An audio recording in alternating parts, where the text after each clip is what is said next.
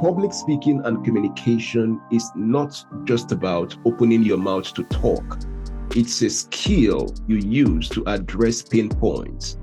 Skill used in addressing pain points. So if you can see public speaking to be a skill, communication to be a skill for you used to address issues, pain points, challenges, then it becomes very easy peasy.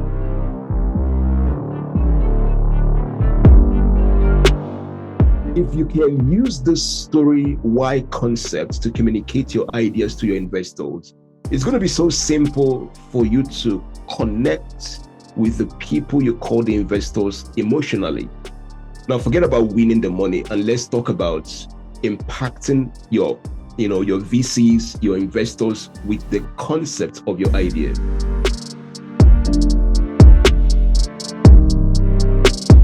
So your ability to be able to communicate to those pain points justifies that you are an expert in your industry. And the second thing has to do with what I call unique selling proposition. Every business understands the importance of communicating their unique selling propositions. So if you can communicate the unique values of your business, if your communication can embody the uniqueness of your business, then it becomes really crystal clear that you are abiding by the rules and the ethics of business culture and communication.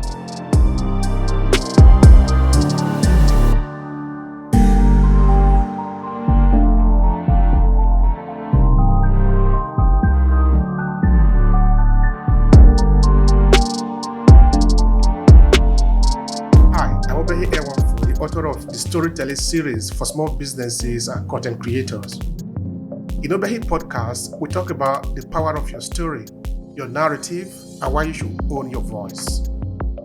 Whether you are a small business owner, a content entrepreneur, or you simply want to build your influence, storytelling is probably going to be your best instrument to connect with your audience. So join the awakened few who are owning their voices. Now let's get started with today's episode.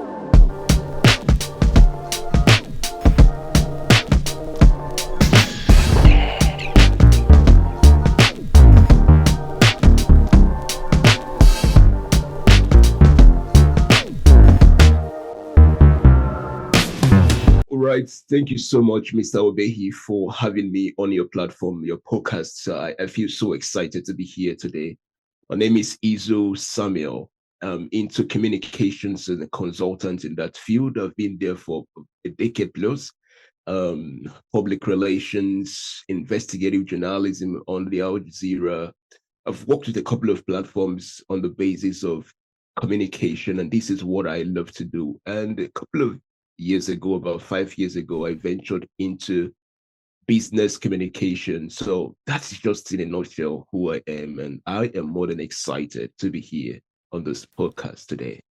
Thank you so much, dear Samuel. That is really very interesting. I love that. I love to talk to people that love what they do, because that is not Right. job. That is like you are having fun every day. All right, Izu, help us to know you a little bit better. Like I was just telling you before we started to record, here we like to know where the people are coming from before we talk about what they do. Where exactly are you speaking from? Oh yeah, so I'm joining in from Abuja, Nigeria. At the moment, I'm here where I do most of my works from Abuja, Nigeria. Yes, that is where I am joining in from, and it's excited to be joining in you from the beautiful nation of Africa. Absolutely. You are in the Federal Capital Territory. This is Yes. the most important city in the whole of Nigeria. That is really interesting. All right, Izu, help me understand this. Were you born in Abuja, or did you move to Abuja from another part of the country? Help me understand that. Yeah, I wasn't born in Abuja, but I was born in Nigeria, where I had most of my programs outside. Right. So I was born and raised in the eastern part of Nigeria, a place called Abia State. And from Abia State, I did one of my educational programs there. And from there, I had some of my international programs where I extended from my first degree, which was in mechanical engineering, I ventured into communication, where I did both industrial communication, journalism, an extended public relations course. And now I'm back to the beautiful city called Abuja, where I am living, and my office is also located here as well, right? So, in Abia State, that is where you grew up as a Yeah, young adolescent. right. Now, I'm particularly interested in in your years of adolescent. We are trying to connect more. Okay, let me sort of re-explain this a bit, because this podcast is centered around African diaspora and, of course, Mm. also Africans in Africa. And if you just take a few seconds to reflect about the life of African diaspora, you won't understand why it is important that we talk about our history, about our origin in a particular way, because it Right, is for the purpose of connection. So when you say Anambra, Abia, Enugu, or Iboyi, or Edo, or any state you made mention of in Africa, for mentioning it at all, it helps people to reflect. So it is right. intentional that we are talking about where are you coming from. So tell me, you grew up in Abia State. What do you remember of your young adolescent years? Yeah, one of the things I remember about my adolescent age in Abia State was the fact that I had a very close relationship with my grandmom at the time. And having to experience my grandmom, she always came to my house at the time to visit my family, my dad and my mom. My grandmom would always tell me stories, beautiful African stories. And those African stories form the basis of my understanding about the importance of culture. And more importantly, the importance of communicating your culture. It's a different thing to know your culture, understand your culture, and it's a different thing to be able to communicate your culture. So I remember a couple of interesting stories my grandmom shared with me. But more importantly, I still remember when she told me about the Biafran War. The Biafra War was one that was quite hectic on the people from the eastern parts of Nigeria and some splits of outshores of Igbos, the Yorubas, and the Hausas. So that story about the Biafra War was one that I was really willing to know more about because I love history. Though my first degree was in science and all that, I have always had interest for art. So I began to do a lot of research, listening to my grandmom share stories about the devastating experience during the World War. The Biafran War was really an interesting story that also shaped my understanding and my value proposition for Nigeria and Africa as a whole. Yeah, so that's just one of the experiences that still resonates with me till this point. And I'm not sure that experience is about to leave my mind. The Nigerian Civil War. That is an important conversation. I don't know how much you would like to take from that. I just warn you that here, sometimes we can spend a lot of time talking about something important. Sometimes we spend up to like 3 hours, we have not yet finished, but sometimes we can spend much less time. It depends on how much time you have. As far as I'm concerned, there is a lot of things that we can talk about, beginning from your experience to what you have heard, to what you learn, to what you teach. You are a bundle of knowledge. So I don't think we can even finish all of it today. All right, tell me, what do you want people to know about what you heard from your mom? Because you talk, sorry, of your grandma, because you talk about your grandmother, you are giving us the privilege to even know far more now. That is even very interesting. She told you about the Biafran War. Is there anything you would like to say more in terms of the story that she was telling you? One of the things I would remember about the story she shared with me was the fact that she always mentioned the importance of collaboration. Collaboration during the times of this war, many villages got devastated. Many villages, got like they were invaded into. So the need for collaboration became so important. So let me give you a very strong instance. So she narrated about the very hideous experience between my village, Osakomofo, in Isialangwa North, Abia State local government area, and Omustonike. So those are two neighboring villages. So there was a time this war came so badly on that region that they had to run away from their villages. They had to leave their houses. They had to leave their inheritances, their land, their property, everything. They had to run for their dear life. So my grandmom told me that at the time, my biological mom was, very young, small girl. So, and my grandmom didn't want to leave my mother as over there. She still wanted to go along with my mom, and she had lots of children. So the only way she could go was to, leverage on the people who were around so they could help to at least carry some of the younger children who could not walk as and run as fast as possible. So that experience birthed the idea and the concept of collaboration. So she told me, say, boy, if not for the fact that I collaborated with most of those people, I would have probably lost your mom. And when she said that in a cold voice, I imagined, what if there wasn't any collaboration? So I wouldn't have come into this world. The importance of collaboration became very important to me. I had a very better understanding of what it means to collaborate. So collaboration is not always about you being the best. Collaboration is understanding that where your strength stops, another person's strength continues. So with that experience, Mr. Obehi, I love collaboration. Thank you so much for that. You see, I just said before that you are a bundle of knowledge. Of course, we'll come to that because you are an expert in communication and you have also done journalism. Of course, both of them are very close and they are one and the same thing. They can also be separated depending on how you use that. So yeah, I can see that your grandmother actually imparted you in a very big way. Now, tell me, how did you get into journalism? If you want to spend some time there. Right. So during those days in the university, I had my first degree in mechanical engineering. So my first degree, the first semester of the year I got into the university, someone came into one of our lecture halls and announced that there was something called art exhibition competition. And I have always loved to draw. In fact, I draw a lot. I love to use the pencil to sketch.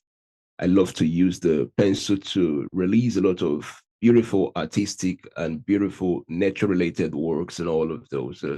Being a year one student, I became so interested in that tournament and I signed up. And beyond signing up, I began to train, used lots of platforms to train. And along the line, I showed up and I was one of the champions. I took second position in Nigeria at the time. So that earned me my first scholarship. That earned me the access that I had to be able to get connected with my vice chancellor, who invited me into his office. And from there, something happened. When I was invited by the vice chancellor, I realized that I was shaking. I couldn't express myself. It was a very big problem. I felt so low of myself. I was obsessed with this imposter syndrome psych. And I was asked a lot of questions and I could not intelligently relate those answers, as it were. But then from that moment going forward, I decided that it was time to not only become an artist, but I'm going to be one person who understands how to express and communication art works. So from there, I got into training in public speaking, training in storytelling, and then I got into the debate club. From the debate club, I started participating in all manner of debates, the British parliamentary system of debate, the Karl Popper system of debate. And along the line, I began to win some tournaments for the school. And I realized that I became so obsessed about expressing myself. And that was what birthed the idea of journalism. One of the times, one of my senior brothers in Abia State at the time, his name is Emenike Irebu. He tested me on Facebook because he's been seeing my exploits, debate championships I've won, trained a lot of schools, trained a lot of people. So he invited me to become one of his reporters, local reporters. So being a local reporter in that radio station, I did well by God's grace and by the grace of excellence in the amount of work I've put into developing myself. So from there, I decided to now do some courses on journalism, communication, public relations, and all that. From there, I got another opportunity at the regional level. Now from there, I moved on to the Al Jazeera. So it has just been about my passion. It has just been about who I am. And you know it's not possible to separate who you are from what you are expected to do in this world.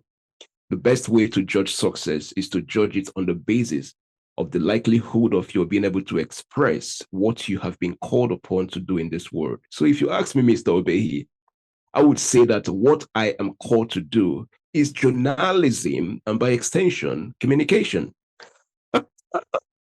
That's great. That's great. You see, this is Right. another good thing that many people don't know, which is the calling. There are a few things that we should know in life. We must know who we are. We also must know what we are here for. We must also must know what instrument we have to be able to execute what we are here for. All these are very fundamentals. Otherwise, we're going to waste our time just moving in a circle. Anyway, now tell me a bit about your experience with Al Jazeera. Are you reporting for them? Are you creating content and give it to them? Tell me a bit about what you do in Al Jazeera. Yeah, so thank you for that question. My work is very simple. I am an investigative journalist. And being an investigative journalist, I do most of the underground executive story writings and summaries for socially related matters, security related matters. Sometimes we travel out, go to different locations, and we just are there doing some really good, intelligent investigations about a couple of things. So at the moment, I am just at the executive point where I just lead the team. My work is just to do some underground researches in terms of investigating a couple of things, investigating a couple of happenings, socially related, um, nature related, security based, political matters, and all of those. So those are basically what I do at the moment. And if you know Al Jazeera too well, you know that they are segmented into different African nations, Asian, European, and all of those. So I am part of the team that supervises most of the works that happens within the African Eastern region, right? How do you feel being able to make that contribution in such a high level? Because Al Jazeera is not just a news network at the corner; it's one of the most important one in the world, and that is where you are collaborating. So, I mean, how do you feel to be able to make those kind of contribution? Because you did said, of course, that this is your calling, and we can really see that. I would say that being part of the team is an opportunity to learn, has always been an opportunity to express the highest level of wisdom, which is in learning. So I consider being part of them as a very good opportunity to grow, advance in my journey as a communications experts, journalistic experts, and someone who believes a lot in how much it is important for people to be able to express themselves. So it's a privilege being part of the team. It's been an offshoot of lots of lessons learned, growth, progress, and all what you have in line with my passion and what I am called to do, right? Thank you so much for that. All right. So where we're going to spend much of the time today is actually going to be in communication, Right. because I think it is very important. It is important for a variety of reasons. I did say one time in one of my publications that communication is everything. It's absolutely everything. And of course, both in leadership and in business, in Africa, to be precisely, we do need to up the game of communication because it is Right. important. I really do expect our leader to communicate better, to understand what the message that they are communicating. But even on the level of business, we do need it. So it is something that I am really very passionate about. All right. Because you are an expert in this, I'm trying to understand what are some of your strategy for effective communication, not just communication, but effective communication. What are your strategy? So one of the strategies I use for my strategic communication is what I call OQI, only quality information. OQI, only quality information. I I have seen a lot of people who speak, but they speak from a place called surface-based knowledge. And nothing significant happens when you speak from the surface-based knowledge point.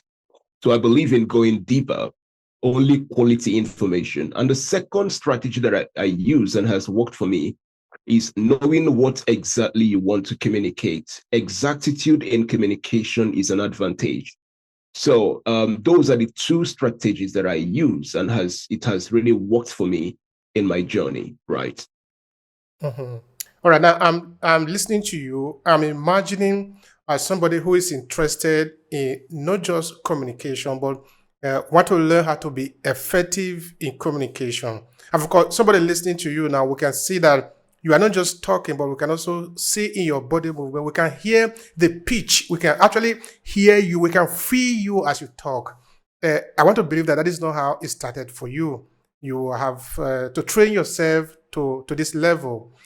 And now we are speaking to this individual. I don't know, it could be in Nigeria or somewhere in the world who is listening to you, but interested in learning effective communication. Where should this individual start from? Yeah, so where this individual should start from is first, why do you want to communicate? If you want to communicate because you want to sound like Les Brown, you want to sound like Mr. Obehi, you want to sound like Izu Samuel, then you're not going to be able to go through this path with some sense of, knowing what you really want to do. So you have to ask yourself, why do you want to communicate? Knowing why you want to communicate is going to help you a lot. And the second thing that you should do for the person who is just starting in this journey is that whenever you want to speak to people, always speak like you are a giver. Something happens when you give, when you are always giving. Selflessness in line with communication is a magic. So when you're asked to speak on any topic, forget about selling yourself and just go ahead to communicate ideas, solutions that can address the pain points of people listening to you. Because public speaking and communication is not just about opening your mouth to talk. It's a skill you use to address pain points, skill used in addressing pain points. So if you can see public speaking to be a skill, communication to be a skill for you used to address issues, pain points, challenges, then it becomes very easy peasy for you to communicate regardless. And the final thing that I am going to advise that you do is this: always keep whatever you have to say very simple. Less is more if you want to sound very effective in communication. Keep it very simple. And I'm going to go back to the first thing I said: only quality information. And the only way to deliver quality information is by engaging very, very strategic research. The better research you engage in, the better off you are going to be able to sound in a very more intelligent and brilliant way. And remember, if you decide not to communicate, then you become silent. And when you become silent, people will not learn from you. And organizations connected to you will not benefit anymore because you use communication to connect to the emotions of people. So the better you realize the importance of it and decide to take swift action, the better for yourself and your journey, right?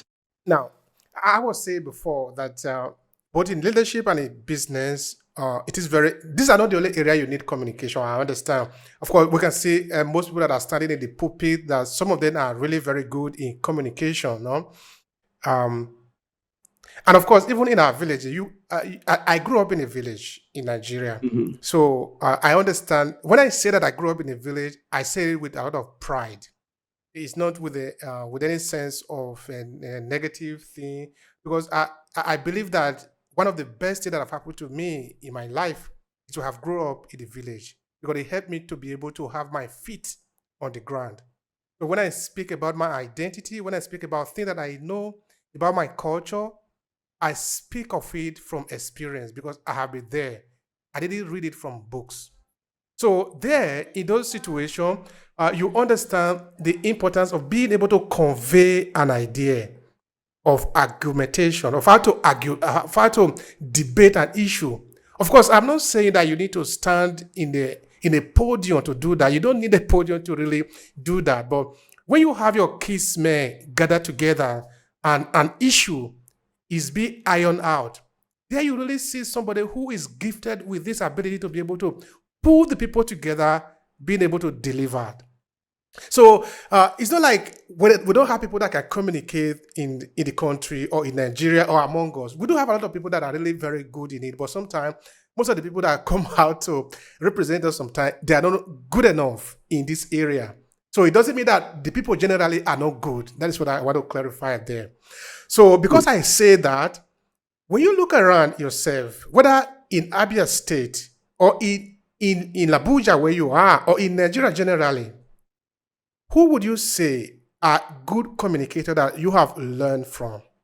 Yeah, in Nigeria, one of the persons that I have always liked his styles in communication is when you come to the space of politics. So I like to listen to the likes of who shall I mention now? To the likes of, should I come to politics first, or let me come to just human capital development? There is this man called Fela Durotoye, and there is this intellectual called Professor Wole Soyinka. And then in the political space, who shall I mention right now? There are lots of them who are truly intelligent, really, really intelligent. So I will mention the likes of Peter Obi.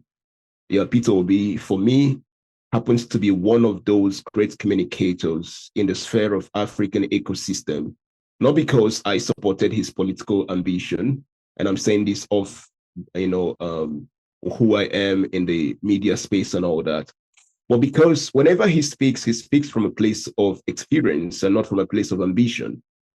He speaks from a place of data, statistics, and the culture that resonates with the people who listens to him. So that is what communication is all about.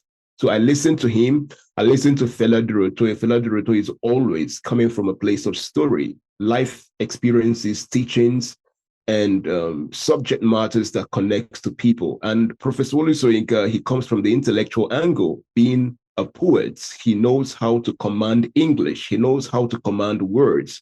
And those words, English construct, that build this influence on the minds of people, that when you're listening to those, you want to really act, because the essence of communication is for people to be influenced, to be able to take some decisions. So those are three people that I really appreciate their styles of communication. And finally, to add, is Tony Elumelu. Tony Elumelu happens to be, I call him the Grant Cardone of Africa. He truly understands how to subjugate his communications to the point that people can relate with. He's not a fast-paced speaker. He's not a slow-paced speaker, but he's someone who understands how to speak the language of his listeners. So communication is not just about sounding intelligent, but communication is all about sounding and communicating in the language of the people listening to you. Thank you, Mr. Obehi. Thank you so much for that. I really appreciate that. Thank you. Because you did make mention of these important people in Nigeria within the area of communication. And of course, if we were to take the argument further than that, we will see that there are a lot of people that are good in communication out there, because it is actually required for you to be able to influence people. So I would like to talk more on that. Like, why should people learn about effective communication? What are the benefits? Why should they? Because you need to learn it. It doesn't happen just by magic, no? So what are the benefits for it? Yeah, the one of the major benefits of effective communication is that it distinguishes you. Just imagine yourself right now, or to anybody watching this, listening to this podcast, that you have a remote control. With the remote control, you tell people how to perceive of you, because people are not wired. Nobody is a god. Well, we might be small gods with small g, right? But nobody can be able to see or summarize you until you create an impression of yourself. So with that remote, you are creating an impression about yourself. So when you show up in any meeting, when you show up in any gathering, and you open your mouth to speak, people are not going to judge you on the basis of just how you dress, but people are going to judge you on the basis of how you express yourself. Expression of yourself is fundamental to your career and your personality. So being able to communicate is one of those fundamental skills that you need in our world today. In a world where people are losing interest to listen, hear words, take actions, establish decisions, we need people who understand the concept of communication. So the first thing is that it helps to build an instantaneous connection with people. And the second thing, that it builds a justified emotion and belief system of yourself. And the third thing is that it validates who you say you are. Because if you say you are wonderful and when you open your mouth, nobody perceives anything wonderful, you're in trouble. So communication validates who you say you are. You know, a very good example, someone called me, she wanted me to come on she wanted to be my EA. So she applied. She writes a lot of beautiful things on LinkedIn. She came on the call, video on, so okay, let's talk. So who are you? Introduce yourself. And the person wasn't able to express herself. But she had powerful CV, powerful write-ups on LinkedIn, but she wasn't able to express herself. You know, something happens when you express yourself. You get connected with people love you, people trust you, people value you. So, you know, when she wasn't able to express herself, unfortunately, I had to offer to train her more, to give her values, to become better off in the place of being able to communicate. So, Mr. Obehi, the benefits of being able to communicate is enormous, very enormous. I can't even name all of them here, but with those few I have named, I'm sure that it should be able to resonate with whoever that would listen or watch this podcast to be able to take their communication lives very seriously. Over to you, Obehi. Thank you so much, bro. Thank you so much for that. Now, as you're talking of communication, my mind actually is flowing back sometime in history. Of course, because I'm asking you to make a comparison. Now, if you look at some time ago, not even very long time ago, but I'm talking of in the era of Marcus Garvey, in the era of Kwame Nkrumah, in the era of, you know, there is one of the political leaders in Nigeria that is known as the golden voice of Nigeria. No, I'm talking of Abubakar Tafawa Balewa. They were talking of. Okay. They will know of Nadia Zikiwe, both in his writing and his speaking. Right. Maybe his might not be actually a good guy of the town. I'm talking of Hitler, for example. I'm talking of, you look, for example, of the former Prime Minister of Britain, Churchill. So the way it was as if it was the order of the day. You needed to really entertain the audience. When you come out to speak, you were expected to really deliver. So I'm trying to see if we can make a comparison of those crop of people and the crop of people that we have today. What would be the difference? Have we forgotten how to entertain our audience? Because I'm saying that because I'm sort of interested if a Nigerian president could schedule a debate with another person, or somebody proposing to become a leader in Nigeria, want to deliver a speech, want to speak. Everybody will say, let's get ready. Not because you are going to threaten me, because, I'm going to decree, but because you are going to be able to entertain me as a Nigerian with the way because you command your speaking. Of course, I'm not necessarily saying that you must be highly eloquent in English language. You can still speak in Hausa or Igbo or Yoruba or in Assam or in Edo. Good speaker is not necessarily about English, but about to transmit that emotion and get people drunk in the message that you are delivering to them. So that you don't finish to speak, they'll say, but what was this talking about? What did he say? Help me understand. How do we make that kind of comparison? Yeah, so when you compare those decades ago and now, the big difference is that we have people who were very hungry to know.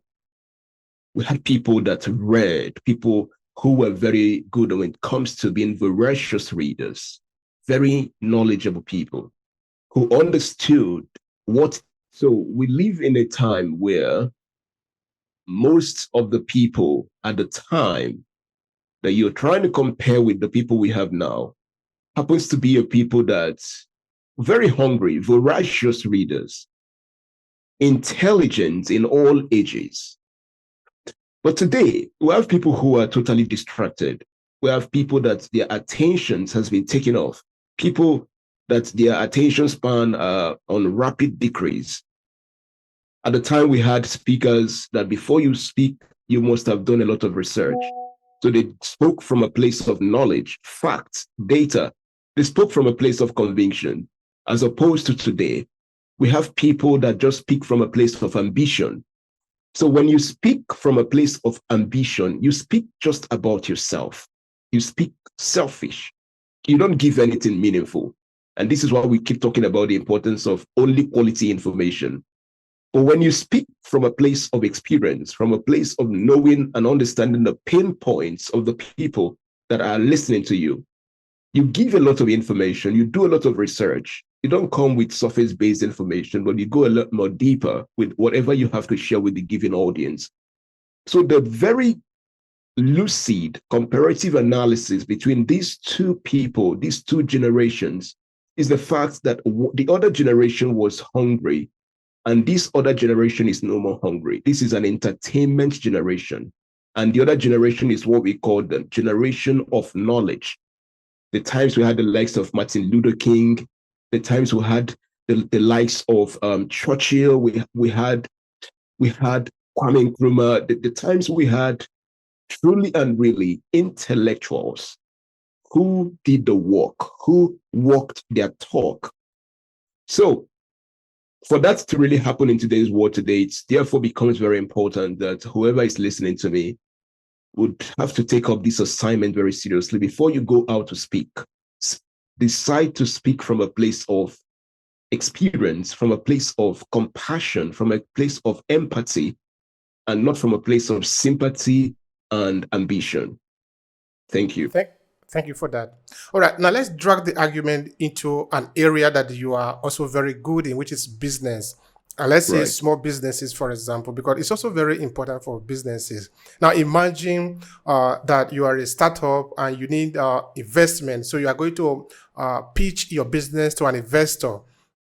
Nobody's going to jump deep hand into their pocket and give you the money if you cannot convince them, if you cannot command the message that you are trying to deliver to them, if you cannot explain to them why you exist as a business. So in this sense, it's going to be very important that as a business owner, you understand the importance of communication. So how should you start? What would you recommend for them to improve their communication? Yeah, so the first thing I would say for business people is that the concept of business has to be integrated in their communication styles of storytelling. Now, this is what I call story why, the story why concept for businesses. Now, what that means is very simple. If you're a business owner and you want to communicate very intelligently, take this instance.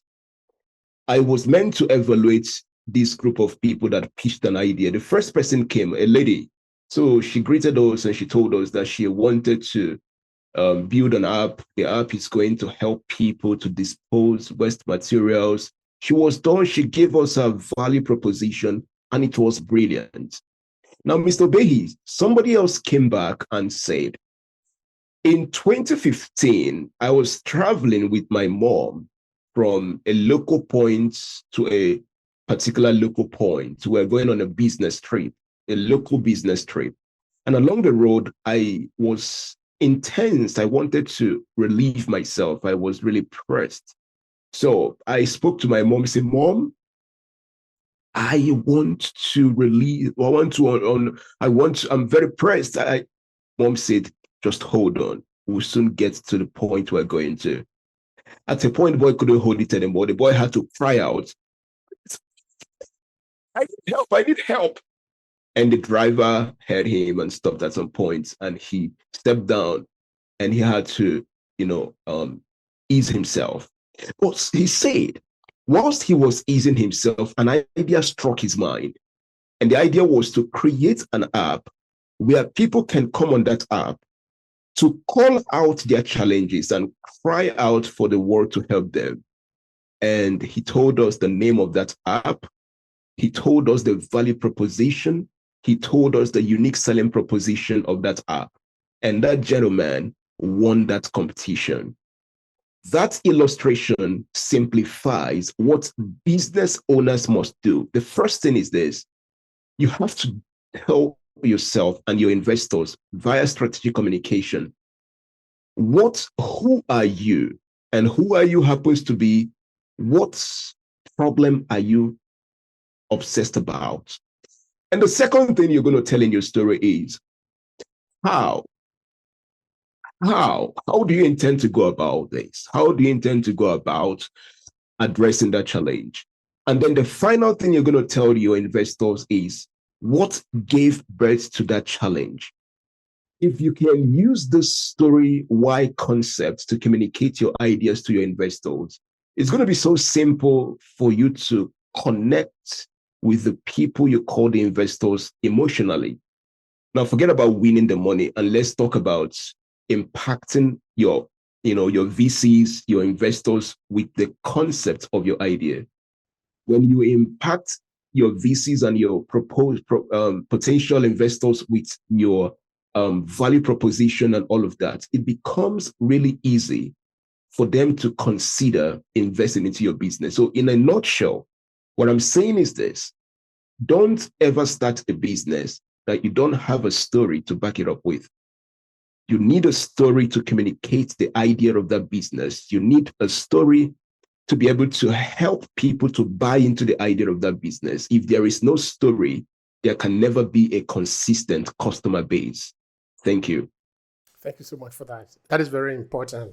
And of course, for those of you that are listening just now, and perhaps maybe before this episode is out, you will have already see Izu and I in our series of storytelling, because Izu is an expert in storytelling. Of course, the next edition is actually the day after tomorrow, which is right.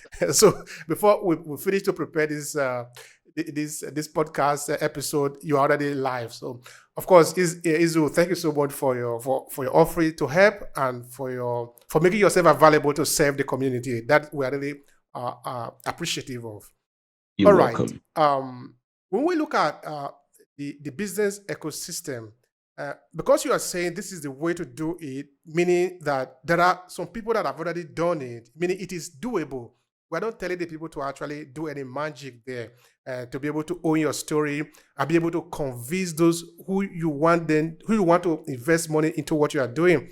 And of course, to also be able to take your audience along, your clients, because if you don't do that, you are going to be consuming the content that you are creating, or maybe you are producing, so you are going to be the one to use it, then you are not going to be in business for more than 2 days. So when you look at the business ecosystem, which are these individuals that you see to be good communicator within their business?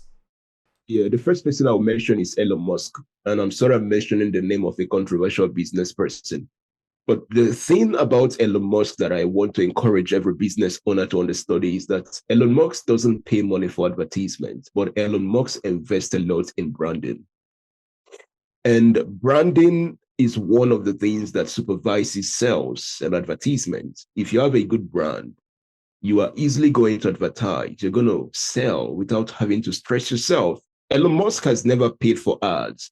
He has never paid for promotions, but he uses the concept of branding. So if you're a business owner here, build the branding of your business, invest into the brand of your business. Let someone say, this is what your business is all about. When someone perceives your business, let the person describe your business in 3 to 4 words. When Elon Musk is mentioned, what comes to your mind is energy. When Tony Lumeli is mentioned, what comes to your mind? Empowerment. When Grant Cardone is mentioned, what comes to your mind? Empowerment.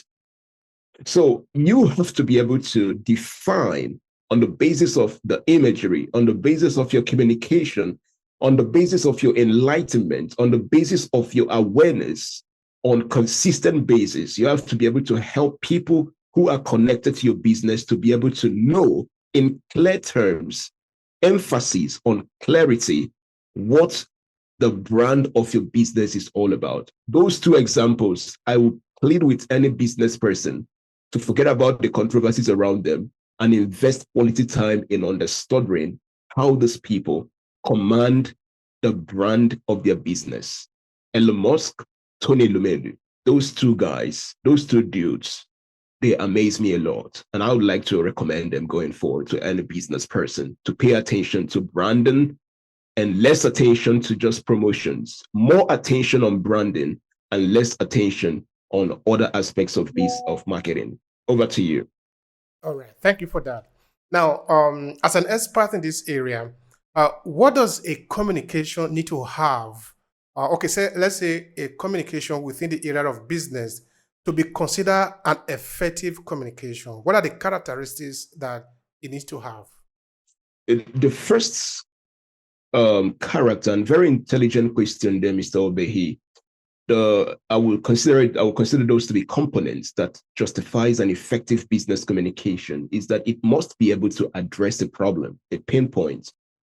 The pain point of people is what converts in business.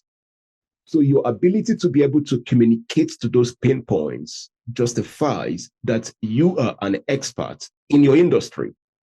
And the second thing has to do with what I call unique selling proposition.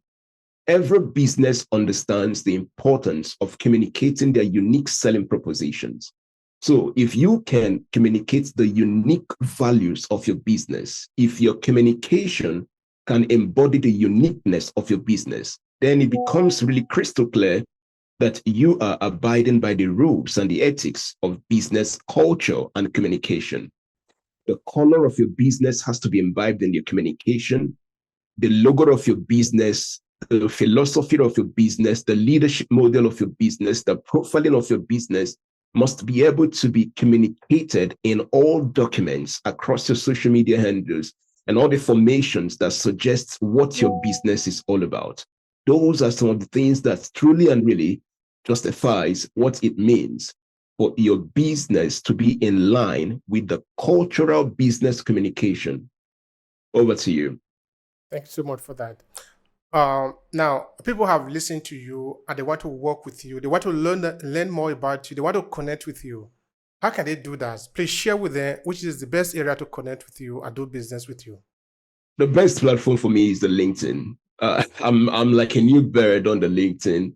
I've never taken that platform very seriously, but recently one of my staff came to me and said to me that you think you have to come on here. And one day I just came on one of the audio rooms. I liked what I saw there. I think, Mr. Obehi, I had over 40 followers in that audio room. I just came in to speak and I had 40 followers at once. I said, oh, wow, if I could have 40 followers, it means I could have 300 followers. And we started there. So if you're listening to me and you want to connect with me, feel free, come on the LinkedIn, Izu Samuel. I'm very happy to connect with you. And I'm all out for partnership, collaboration. Remember the experience of my grandmom. Collaboration is my watchword. Thank you so much for that. Now, what will be your final thought, considering what we have talked about today about communication in business specifically? So how would you conclude the conversation? What would be your final thought here? Yeah, so the final thing I'm going to say to you, dear listener, and thanks a lot for having gotten to this point and listening to this fabulous interview or session with Mr. Obehi. And very thanks to you, Mr. Obehi Podcast, for having me on the call. Now, the final word I'm going to say to you is this. If you are ever going to communicate, please always communicate using a story. Everything about the culture and the society rises and falls on storytelling. And storytelling is not just about the use of words, the use of tonality, the use of those expressions. Storytelling is about using people's experiences, using your own experience to shape the world one person at a time. If you are ever going to communicate, tell your own story, because telling your own story is planting your life and your experiences and helping other people to be inspired. Tell one story. and you inspire many other people to tell their own stories. My name is Izu Samuel, and thanks a lot, Mr. Obehi, for having me on the call. Thank you so much, Izu. Thank you so much. I appreciate that. If you enjoyed this podcast, please subscribe so you never miss any of our future episodes. Rate and review Obehi Podcast and share with your friends who might need it. Thank you so much for listening, and talk to you in the next episode.